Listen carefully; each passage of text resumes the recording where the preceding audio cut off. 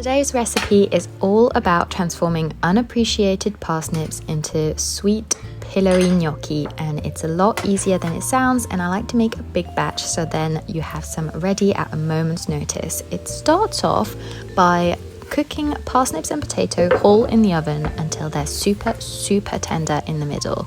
Then slice them in half and gut them to get all the flesh out. The skins are really nice for lunch if you just top them with some cheese and veg, put them in the oven, then they make a great lunch, so keep them in the fridge and have them tomorrow. But in the meantime, we're gathering the flesh.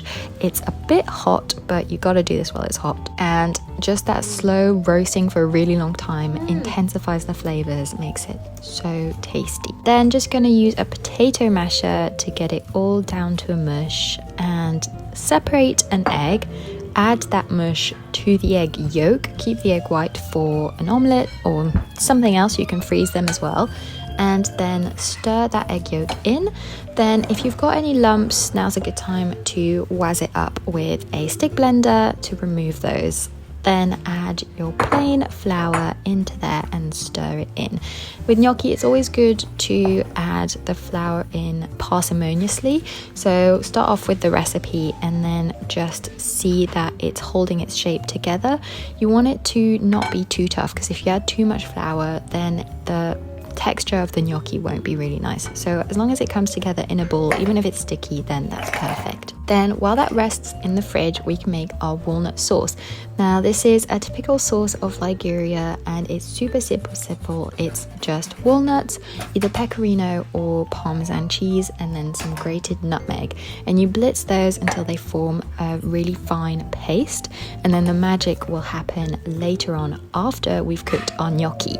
So for the gnocchi shaping, just take it a bit at a time. So I separated the dough out into 4, and then with a flour dusted surface, we're going to roll them out into little long sausages of about, I'd say, an inch thickness, and you want them to be kind of little inch gnocchis.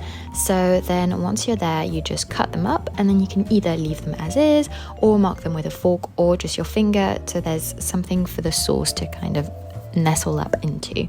And then carry on and do them all, so you've got your massive batch with all your different portions.